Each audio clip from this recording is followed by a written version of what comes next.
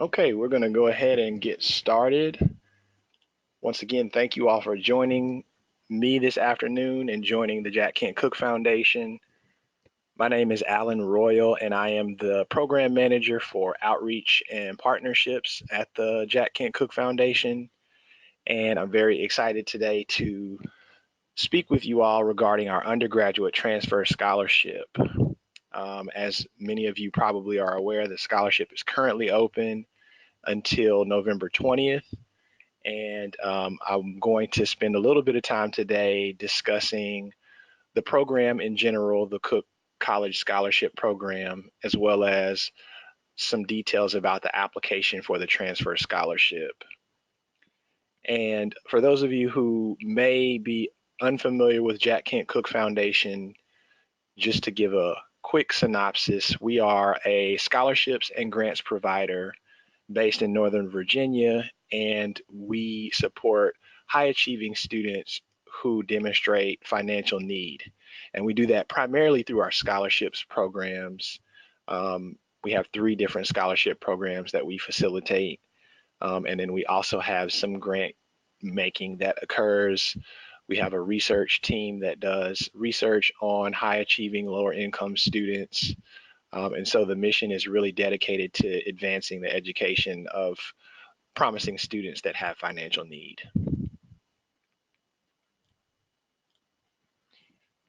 So again, today I'm going to give a general overview of the program and the application process. And we'll talk a little bit about Common App for Transfer, which is where the application can be accessed.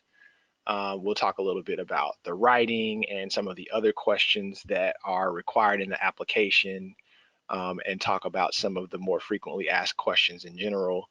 And then towards the end, I will try to leave a little bit of time to respond to questions um, that you may have. And so the best way to go about submitting those questions is to type them in the questions window, and I will be able to see what you've typed and respond to a few at the end of the webinar. And if I can't get to all of them, we can be sure to follow up with you all via email and send out a document with any new frequently asked questions or questions that we didn't originally present an answer to.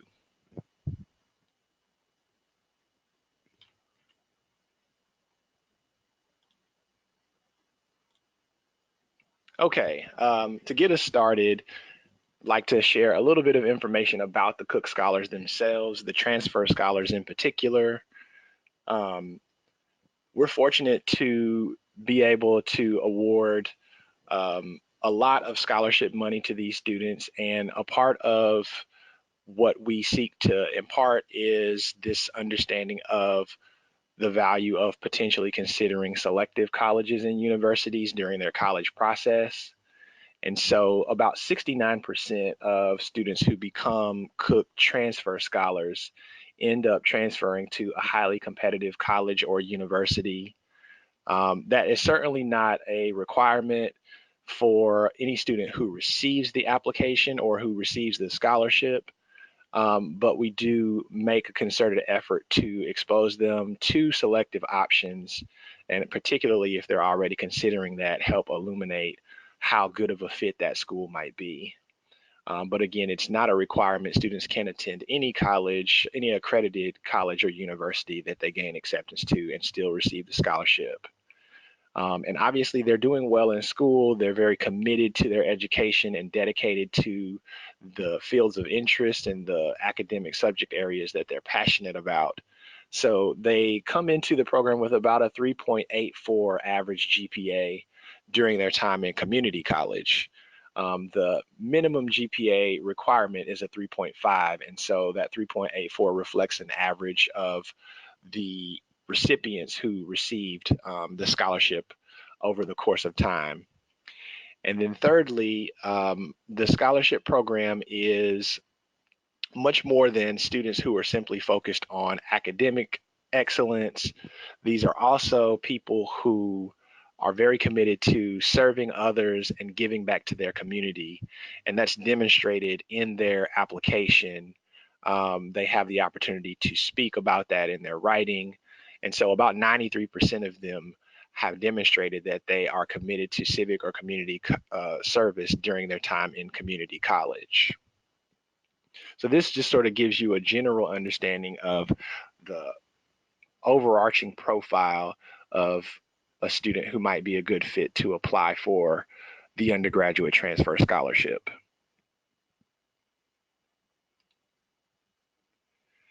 Okay, when we think about the program experience itself, in addition, again, to the scholarship dollars, the transfer scholars and all Cooke scholars are connected to an educational advisor that provides advising on the college transition and sort of understanding how to navigate the different pieces of that transfer process, whether that is understanding financial aid letters and packages or making that final decision again about which campus might be the best fit for them, and then even thinking about how to take advantage of resources that are available to you that you may or may not even be aware of or have been exposed to in previous educational scenarios. That advisor is there to help make those plans and help connect them to those people and those resources that will support their success as they complete their bachelor's degree. And then obviously the financial support is amazing that the foundation is fortunate to be able to offer up to $40,000 per year to each student to complete their bachelor's degree at that 4-year university.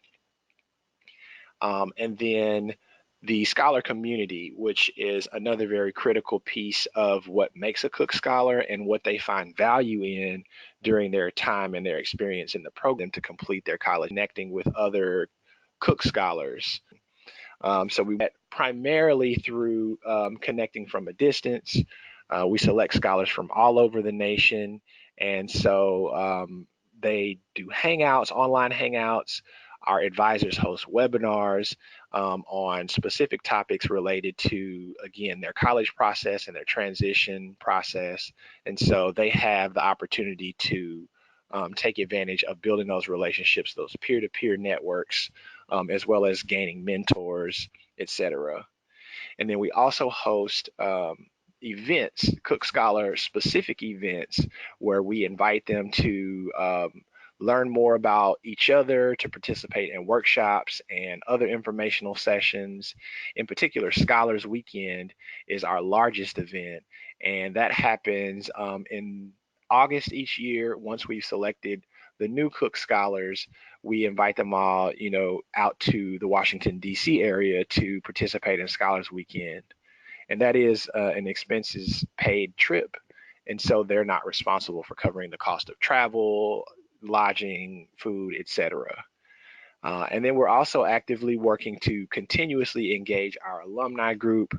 So these are Cooke Scholars that have finished their bachelor's or perhaps finished their graduate education and have moved into the workforce and are interested in giving back and supporting Cooke Scholarships and the foundation. And so we have connected with our alumni and are continuing to grow that network.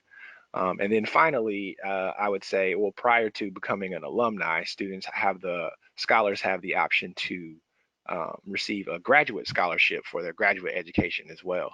And that is only open to students that are currently Cooke Scholars or have completed their bachelor's or master's, or I will say bachelor's, I'm sorry, within the last 3 years.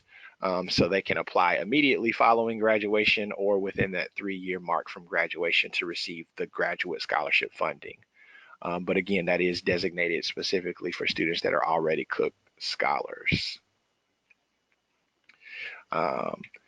And the program goals, as I've sort of been alluding to throughout the last slide, really have to do with connecting students to the best resources available to them and the best scenarios possible for them to complete their college education.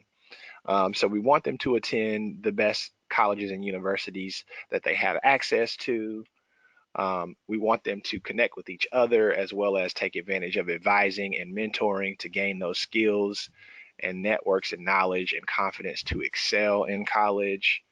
And again, connecting with peers and mentors who support their success and development of their expertise throughout their time in college. And then finally, preparing for what's going to happen post graduation, whether that's moving directly into the workforce or considering graduate school and applying to graduate school. So these are sort of the general overarching program goals that we are aspiring for each scholar to have in mind as they take the scholarship and pursue their bachelor's. A little bit more about the advisor, which I talked about. So that educational advisor is helping to navigate campus resources, helping to make those connections between other people and resources that students can take advantage of and benefit from. They also participate in creating academic support plans. So if a student does have a rough transition or has a particular semester or period of time where things don't go so well, that advisor is there to help support that through creating a very detailed plan that will allow them to get back on track. And then again, supporting that career planning and that graduate school application process. And again, the Scholars Network is, in my opinion, one of the nicest things about this scholarship opportunity. We have nearly 2,600 Cooke Scholars and alumni within the network. And so again, from Scholars Weekend to regional hosted events by alumni and others, to those online hangouts and webinars, the development of this very active scholars network is a critical piece of the program experience, and continuing to receive that support throughout graduate school potentially, and getting exposure to that alumni network that can continue to benefit them throughout their professional career and personal lives. Okay, let's talk a little bit about eligibility. The first big question is always, how do I determine whether or not myself or a peer or a student is a good fit to invest time in completing this application? So these are our eligibility requirements. We need all students to meet these at minimum in order to be eligible to submit a application. So first, they need to be currently sophomore status or status as a sophomore by January 1st of 2020, or they can be a recent graduate. So if they have graduated with their associate's degree from an accredited community college in the last 5 years, so since the spring of 2015, then they are eligible to apply for the scholarship. They also have to be planning to enroll in college full-time in the fall of 2020. So if students are not quite ready to go through the college application process, they shouldn't apply for this year. They can always continue to look for the opportunity the following year. But if they know for certain they are applying for fall and planning to enroll in fall full-time, then they should consider and are eligible to apply. Unfortunately, spring enrollments are not eligible. So if they've already applied and are planning to enroll in spring, that won't work for our budgeting cycle with our scholarship dollars. And there is an option potentially to consider deferring if they complete the enrollment process, complete the application process, and have been accepted. There are sometimes conversations around deferring for various reasons, various special reasons. But again, their intention should be to start in the fall of 2020. And then they need to have to that alumni network, cumulative GPA during their time in community college. This does not include high school, only the community college transcript and grades. And then finally, they need to meet our threshold for unmet financial need. And so we consider applicants with family income up to $95,000 per year. So if a student and their family earn less than that, they are eligible financially to submit an application and receive our scholarship. And so that's a wide range, and we do typically get students that cover the full range. So if a student is a little bit higher or lower or in the middle on that spectrum of income, they should not feel that there is a disadvantage or advantage in the process. Um, the average median family income is hovering around 32,000, just as sort of a point of reference. But that again should not influence whether or not a student feels viable in the application process based on their income. And then the final thing is that there can be no previous enrollment at a four-year institution, and no previous full-time enrollment is the rule. So if a student has enrolled part-time or taken a couple of courses at a four-year institution previously, that is okay, and we do not penalized for that, they would still be eligible to apply. However, if they have enrolled in a full-time semester and did not complete for some reason, unfortunately, they would be ineligible. And so I think full-time typically means, at many institutions, a minimum of a 12-hour course load. So if a student has taken less than that, they typically may have been considered part-time and could still be eligible to apply. Okay, so after those eligibility requirements have been met, now we're moving into the selection criteria or the characteristics that we, the review team at the foundation, and our external committee of reviewers are looking to identify in their application. First and foremost being academic achievement and ability. So we're looking for students obviously that are doing well and passionate about their learning. They're critical thinkers and they enjoy challenging themselves by taking rigorous courses and exposing themselves to other opportunities to learn outside of the classroom. In addition to academic achievement, we are looking at persistence. So students that show determination and demonstrated work ethic, even in the face of challenges. So they may have to bounce back from various things and can speak about that, different scenarios in their life where they may have encountered challenges that they needed to overcome or obstacles.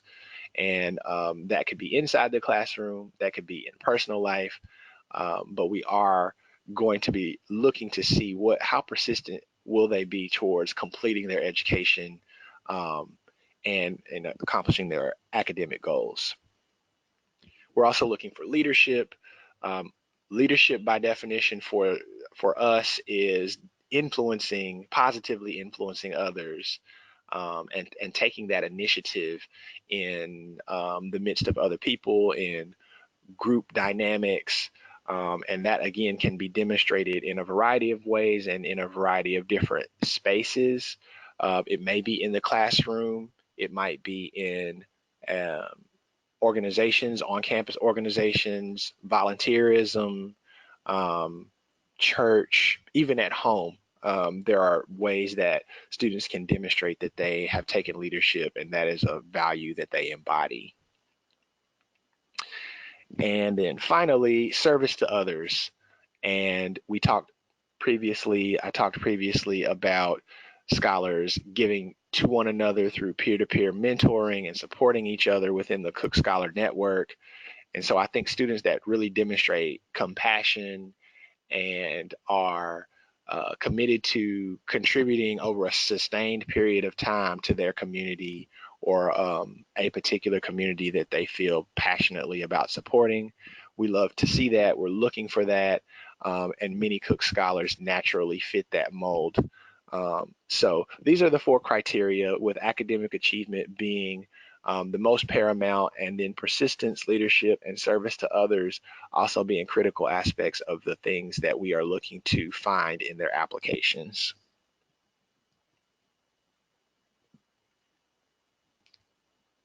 Okay, and then Once they have become Cooke Scholars, this slide sort of explains a little bit about the expectations of a Cooke Scholar, or the types of things that they should be looking to maintain or looking to demonstrate during their time in the program. Again, with that strong academic record, and challenging themselves during that process of completing their degree, is sort of at the top of the list. In addition to, behaving with integrity and honesty, demonstrating leadership, engaging in the community, and having evidence of the ways in which they do that, and then obviously maintaining a good overall record of character and disciplinary action when it comes to how they are perceived in the community, the college campus community that they live.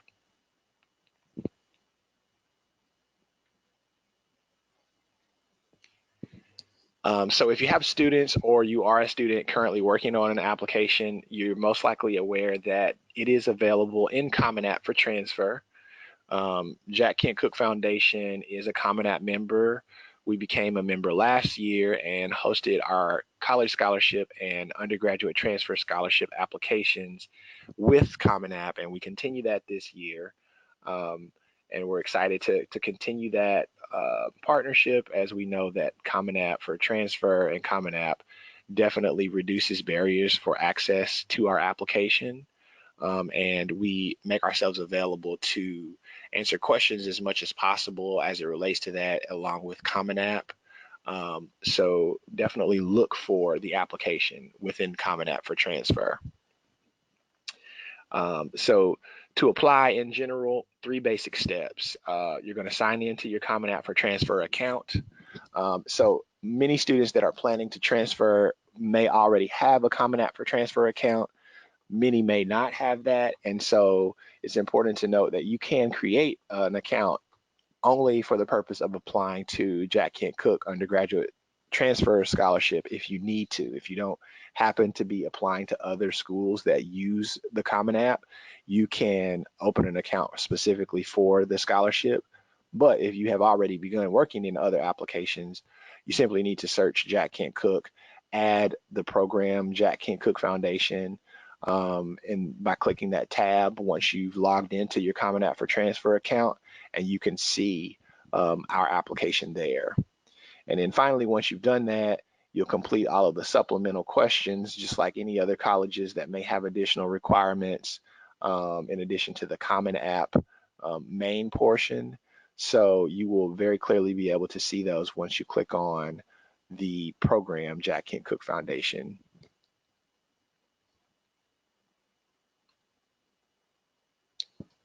Okay, these are a couple of screenshots to help guide the way if you have attempted this and maybe were unsuccessful or couldn't find exactly where to go.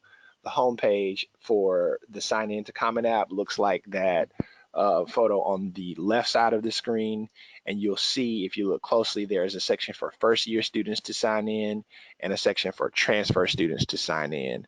So there are 2 separate portals for first year versus transfer, and transfer students should be sure and click that second tab so it appears blue, and then navigate to the next page there on the right, where they will be able to create an account or re-sign in to the Common App for transfer specific portal. And again, if you have already entered this portal working on other applications, be sure that you're using that same account to sign in and then find the Jack Kent Cooke application.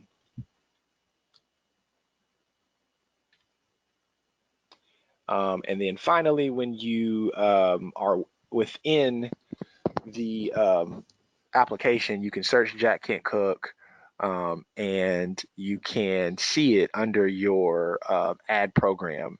So this is actually the wrong screenshot here. It would say ad program instead of my colleges. This is a screenshot from the first year application portal, so apologies about that, but it looks very similar. The tabs are just titled differently, and so the ad program tab is what you're going to need to search Jack Kent Cooke Foundation. Yeah, here we go. So this is there was an extra slide in there. So this is the way that it should look. You see the Add Program tab there on the second tab on the left, and then once you click that, you will see the Undergraduate Transfer Scholarship for Jack Kent Cooke Foundation populate under your program materials section.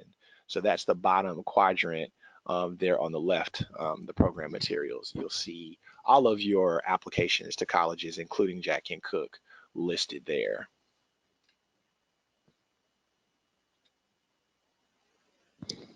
All right, and then for general requirements, again, you can see a screenshot of how that supplemental section for Jack Kent Cooke Foundation looks.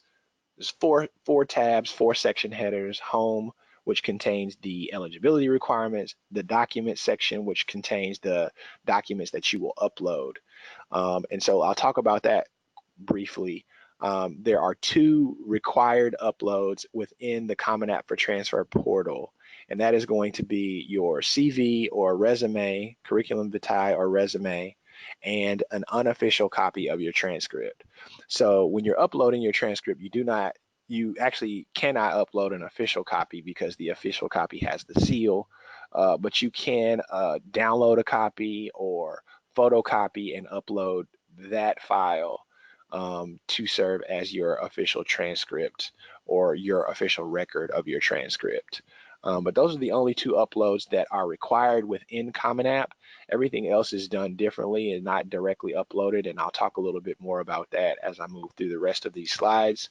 But for example, recommendations are not an upload. Professors do not upload letters of recommendation. Instead, they receive a form that is emailed to them and they complete the form. And they still have the opportunity to write and give us their own words and their authentic interpretation of that student, but it's not an external letter that is submitted. But you see the different sort of questions within that section occur in that last tab, and that will ask you questions about academics. It will ask you questions about your activities, experiences, and achievements. It's important also to note that the experiences and achievement section of Common App is not a required section to complete the Common App. I believe most of these other sections are actually a part of the requirements, but experience and achievement is not. Be sure that if you have those as a student, or you know that the student you're working with has those, that they complete that section and don't leave it blank. Sometimes when it's not required, students may assume that it's not desired, but we absolutely want to know about the extracurricular activities and the different experiences and awards and all of those other possibilities that students have to share with us. So do encourage them to complete that section despite the fact that it's not required. And then there are the essay questions, which we will review shortly in the writing section, as well as the college plans, telling us a little bit about the colleges you're applying to and why you've chosen those colleges. And then you're going to self-report your household finances, tell us about the people that are living in the household with you, and sort of the dynamic there, and let us know of any other important details regarding your family before completing the waivers and conditions section and completing your application.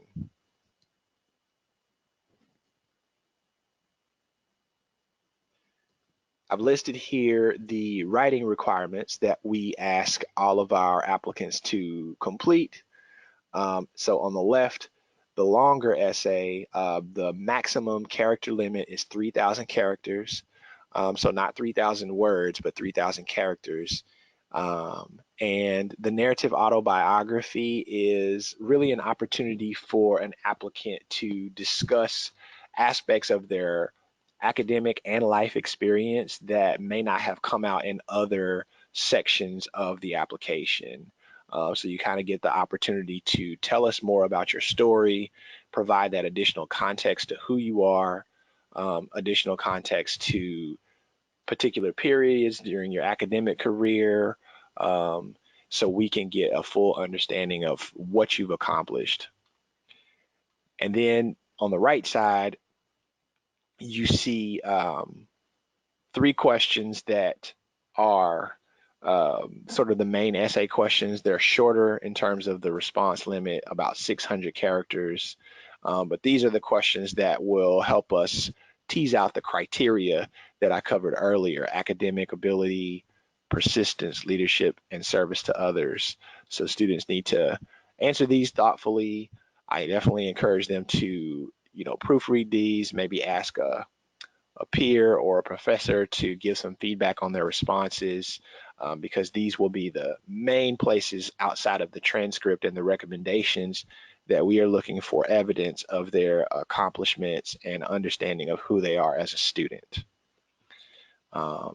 And again, when it comes to the narrative autobiography, students can really talk about anything that they feel is relevant to understanding them as a person. That may be something that has occurred during their time in college. It may be earlier in life, maybe after, a period of education.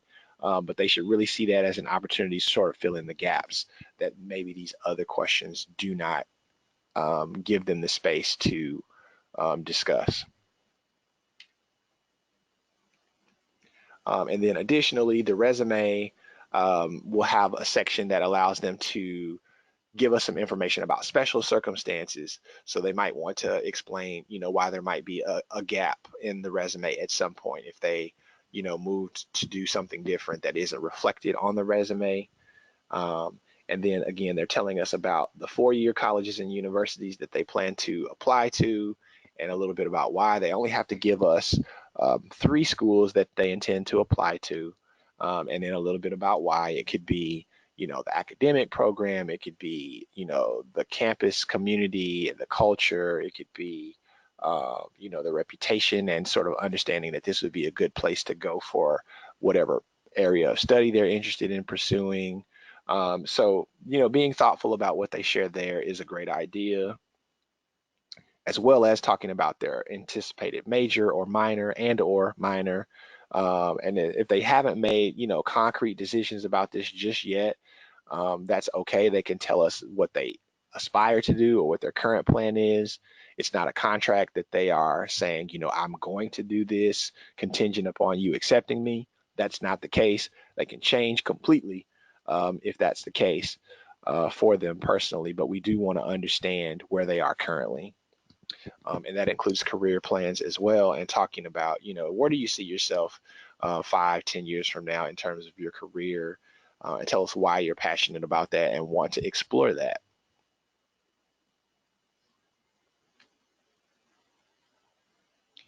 Okay, just a couple of other tips or things to keep in mind, and there are many more than 2 of these that I could share. So I'm going to take a look at the questions again in a little bit and perhaps address a few more, but a couple that do stand out consistently. So from our experience with Common App for Transfer, a lot of students feel that they have to upload documents for every section in that document section. And so again, just want to reiterate that the only 2 required uploads are the resume and the unofficial transcript from college. So a high school transcript or other documents are not requirements. Now you may have other documents you'd like to share that you would be planning to upload for your common application anyway, and we totally are fine with that, but just understand that they're not required. And additionally, there is no cost to submit an application.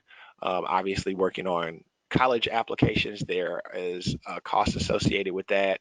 You may still see a payment screen upon submission of the Jack Kent Cooke Transfer Scholarship application, but the cost is 0. Students do not need to pay anything. And so if you find yourself in that situation where it's required, please stop, don't pay anything, and contact us or Common App so we can help you figure out what's going on there.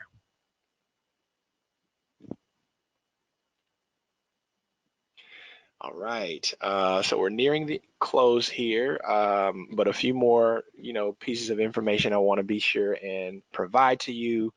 The application opened on August 1st, and it will close on November 20th. It closes at 11:59 in the time zone that you live in, that evening of, or that night of November 20th. So, keep that deadline in mind. If you're currently working on it, work backwards from that.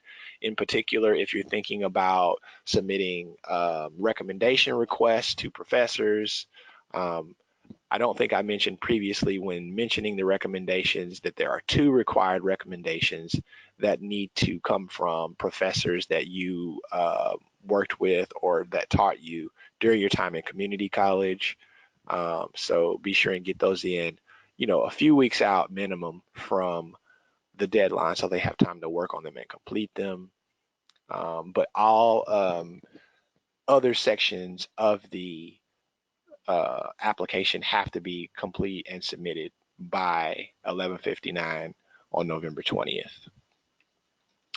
And then we will begin our review process and spend a few months completing that. And so we do go through 3 different rounds of our review process. And in the middle of that process, we select a group of semifinalists that are announced around January. And we do a press release with this announcement and notify these students that they have made it to the semifinalist phase of the process, and we will then typically reach out to them requesting a little bit more information. So you heard me mention previously that the application is largely self-reported data. So when we're thinking about the GPA, well, there's the upload of the transcript, so that's a bad example. But when we're thinking about income, for example, they're self-reporting their income initially, self-reporting other aspects that we may ask for documentation to confirm later on. And so that will happen after the semifinalist group. We'll start to reach out to people and request that they complete the CSS profile, which will allow them to upload documents, official documents, verifying their financial situation. But again, we don't ask that of everyone from the start of the process. We wait until later and get that from the students that have made it deeper into the process, and we need to more completely evaluate their data. So we'll begin that process sometime in January, February, continue with the review and complete the review and make our announcements in April, early April. And our goal is to announce as early as possible because we want students to be able to know that they've received the scholarship prior to potentially making that final decision about which institution they're going to transfer to. And they may even have the chance to connect with their educational advisor and speak with that person if they have questions or desire a little bit of extra guidance on making that decision. So we do notify, we try to notify as early as possible in order to allow students that space to do that.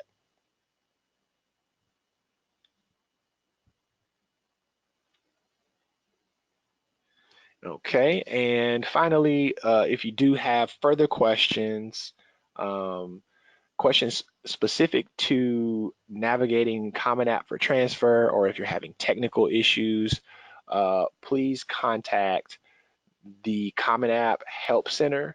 And so this website URL posted at the top will take you directly to their homepage on their website that can further instruct you on how to get support, or you can email the Common Application at liaisoncas.com and they can answer your questions via email.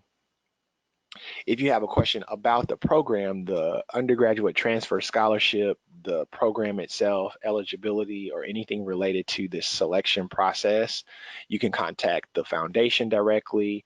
I would actually encourage you to visit the website at jkcf.org/transfer. There's a lot of great information and tools and resources on our website for community college students in general, and specifically, in particular, those that are working on an application. We have a pretty robust frequently asked questions section. So spend a little bit of time navigating that page, jkcf.org/transfer. However, if you still cannot find the answer to your question, please email us at scholarships with the S at the end, scholarships at jkcf.org. and our team will respond via email to your questions as well. So we are not uh, currently answering a ton of phone calls. However, we will have a section during the application towards the end of the application period where we'll be more attentive to phone calls, and we will also be able to host a live chat session where we will respond to questions throughout the day. And so, our team is small but mighty, and so it's hard for us to man all different channels of responding to inquiries at the same time. So we try to, stay attentive to the email address earlier and midway through the cycle, and then as it gets closer to the close date, ramp up a little bit more and try to man all different aspects of communication to get your questions answered and resolved as soon as possible. So again, technical questions, questions about working in the Common App itself can be directed to Common App for transfer, and then questions about the Cooke Scholarship itself and the eligibility and the criteria associated with that can come directly to us at scholarships@jkcf.org. All right, so let me pause for a second and move to the questions window and see if I can start to answer a few of the questions that you guys have. Um, just to reiterate, this webinar is being recorded and it will be made available to you all to view later and to share with other people that may benefit from the information in it. So we will send out an email tomorrow containing the link to the recording. But in terms of your questions, I'm just going to start here in the middle. So one person has asked, let's see, about the transcripts. Again, the student can upload an unofficial transcript. That's totally fine. What if you have attended more than one community college? Will you need an unofficial transcript or from all or just the most recent school attended? Great question. And we do ask that you submit the transcript from each community college that you've attended. So prepare to obtain those from all of the colleges that you've attended if you have attended multiple. Great question. There is no mailing again in terms of mailing them to us. So you would either download a copy or have a copy mailed to yourself, and then you can photocopy it and upload it.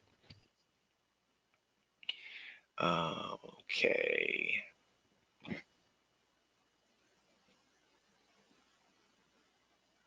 One question says, does an applicant have to apply to an Ivy League or prestigious university to receive the scholarship? No, they do not. So again, we are interested in exposing and increasing access to selective institutions for underrepresented students and students that are in the Cooke Scholarship pipeline, so to speak. But it is not a requirement that they attend any particular institution other than it be an accredited four-year institution.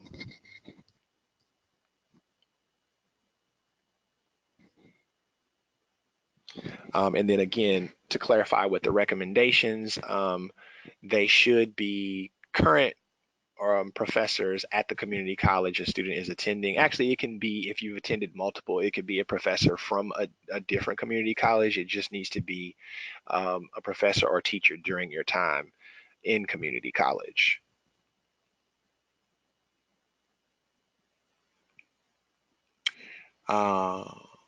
Can you apply again if you do not receive the scholarship? Yes, you can apply multiple times. Again, as long as you are within the eligibility window of having graduated within the last 5 years, you can certainly apply again next year if needed. We actually love to see that.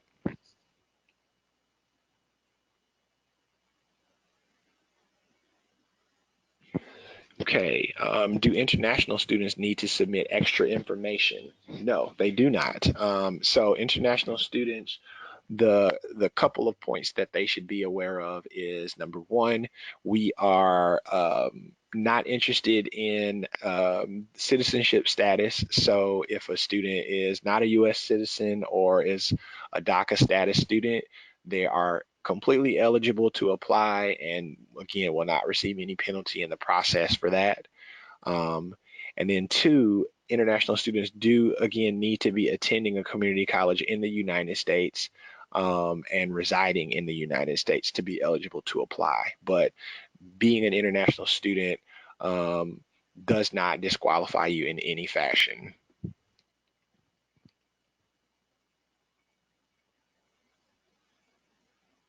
Okay. Again, with the test scores, you will see in Common App for Transfer, there is a section for uploading standardized test scores.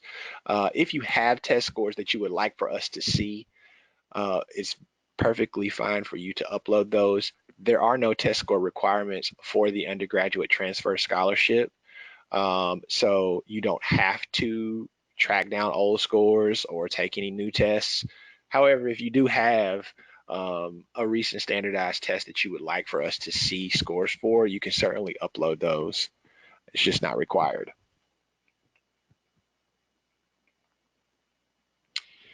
Okay. If family income is higher than 95,000, unfortunately, you would not be eligible to apply. So I want to be sure and make that clear as well. Sometimes students, so we ask them to report their income from the previous 3 years. And sometimes students may email and say, well, for the past year or 2 years, my income was at a certain point below, but prior to that, it was above 95. So essentially, it's gone through some changes where one of those years, or maybe even two of those years, it was above the criteria, but it has now moved below it. And so that is okay. You would still be eligible to apply. We're interested in, understanding the nature of the fluctuation. Is it a fluctuation that may occur again where you might go above 95? Or is this like a change in circumstances, a more permanent change in circumstances? So we would ask you to maybe tell us a little bit more about that in the special circumstances text box. But generally speaking, if you make more than 95,000, over the last 3 years, you're not eligible to apply.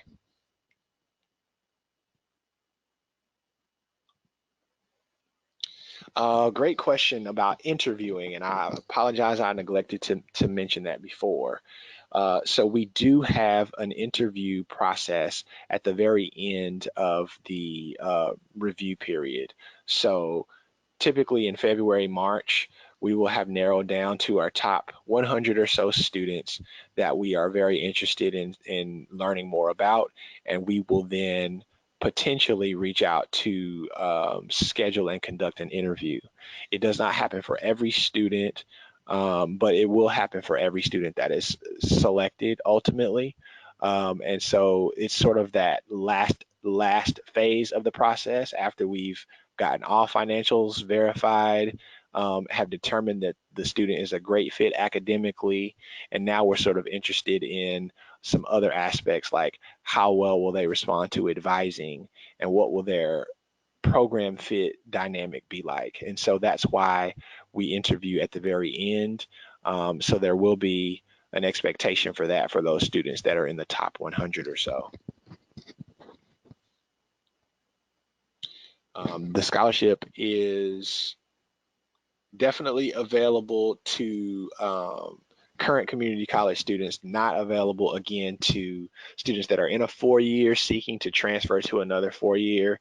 I know that can be a little confusing with the transfer title, undergraduate transfer scholarship, but we mean to indicate that they are a 2 year or community college student seeking to transfer to an undergraduate 4 year institution. And again, requirements on residency are that the student reside in the United States, um, but not necessarily that they are a United States citizen. We choose 60 to 70 new applicants each year. So it's a very competitive application process, but one that, again, I encourage students to seriously engage and feel optimistic about. You can't make any of the shots that you don't take. It's a cliche to say, but it's absolutely true. And I know each year we select students that, tell us at the beginning of the process they really had no idea this was even possible for them. They just, stepped out on faith in themselves and put their best foot forward. So encourage your students that are qualified and that you really believe in. Or if you are that student and you know that this is something that really suits you and it sounds like based on the program description that you would enjoy it, please do com- complete that application and submit it, because there's a chance that you could be one of the ones selected. Another question asks, what's the difference between the personal statement and the narrative autobiography? This is also a great question. So the personal statement actually is not required for the Jack Kent Cooke scholarship application. It is something that is an option in Common App, and many students do submit both personal statement and narrative autobiography. My best sort of advice there is, the narrative autobiography can encapsulate many of the things that might be included in the personal statement, but mostly use that narrative autobiography to talk about things that won't come under the purview of the personal statement. So when you think about the prompt of the personal statement, are there aspects of it that wouldn't quite fit? And if so, those should be included in the narrative autobiography. Just keep in mind that for students applying to the Cooke Scholarship application, that narrative autobiography is required. And so that's something they will have to submit in order to have a complete application.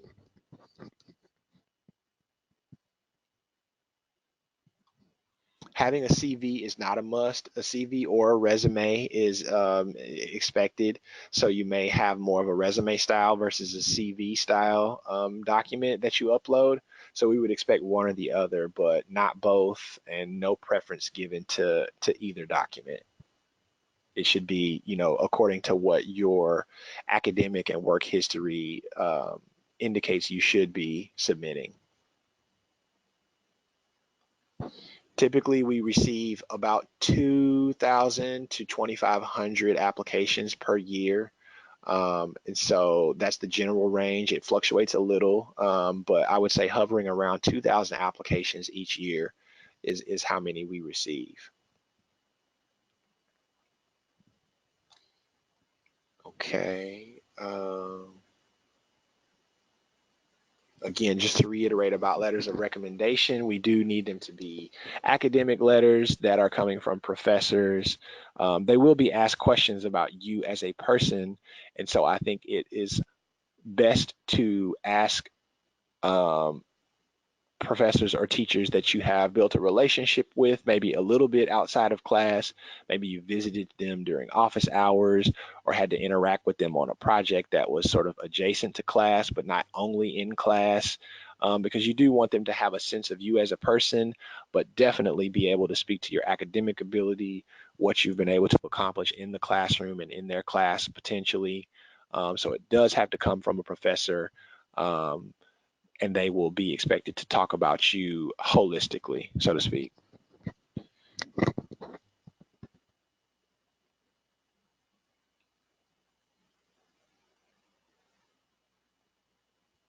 Okay, I'm just browsing through the rest of these questions. Thanks for your patience as I look at these. Many of them I think I've answered, but I will definitely give these a thorough look when we're not on the webinar to make sure that any that may have not been properly answered or are not accessible via our website, that we be sure and share those with you um, moving forward when we send out the recording of this webinar. Um, Still browsing here towards the end of the list just to make sure there aren't any others that I can answer here in the last 5 minutes or so that we have. Uh,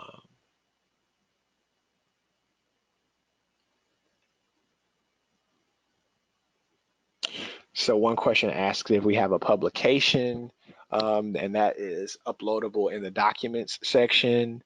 Do we have to upload it in a Word document form, or can we scan it and then upload it? Either is fine. I think a PDF scan is typically the best way to upload any document, because it's not easily editable. Um, so you can think about converting it to a PDF. You can also include website links and things like that if there are ways to access your publications, writing, etc. online. Don't hesitate to offer those website links as well.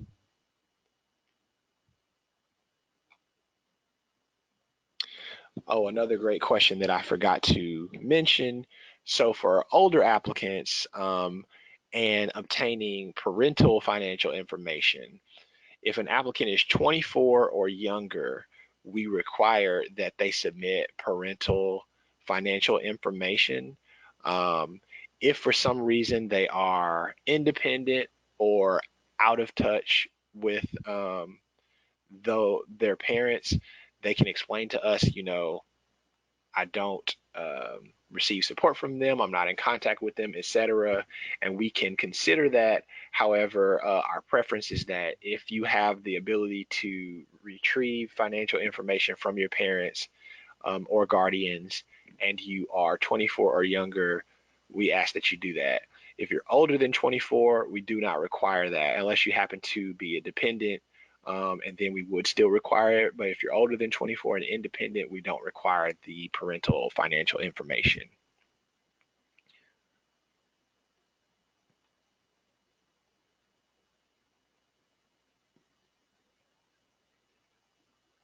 Okay, I think this might be most of the questions that I didn't already answer. But again, I will review these very carefully and make sure that we didn't leave anything unanswered. Also, we will once again send out a recording of this to all of you, and that includes those who registered and were unable to attend. And it will be shareable, so you can share it with those who did not register. You can share it with anyone who you feel would benefit from this information. Um, and then finally, before I sign off, want to encourage you to follow us on Twitter and Instagram if you're active on social media. We will also be consistently posting about the application updates, prompts, nudges, as well as other things going on at the Jack Kent Cooke Foundation. With the Instagram page, we promote scholar stories and things that scholars are doing. So it's a nice page to follow, but it's also just another place to access announcements and information about the scholarship application as well as the Jack Kent Cooke Foundation in general. Um, so that's all my time for today. And again, we are very appreciative of all of you, whether you are a campus representative or an educator or a student that are engaging with this process and excited about submitting your application. We really hope to see as many qualified applicants submitting transfer scholarship applications this year. And again, if there are things that we can be helpful with in supporting your process, please don't hesitate to reach out to us. Wish you all the best of luck in the process and hope you have a great evening. Thank you.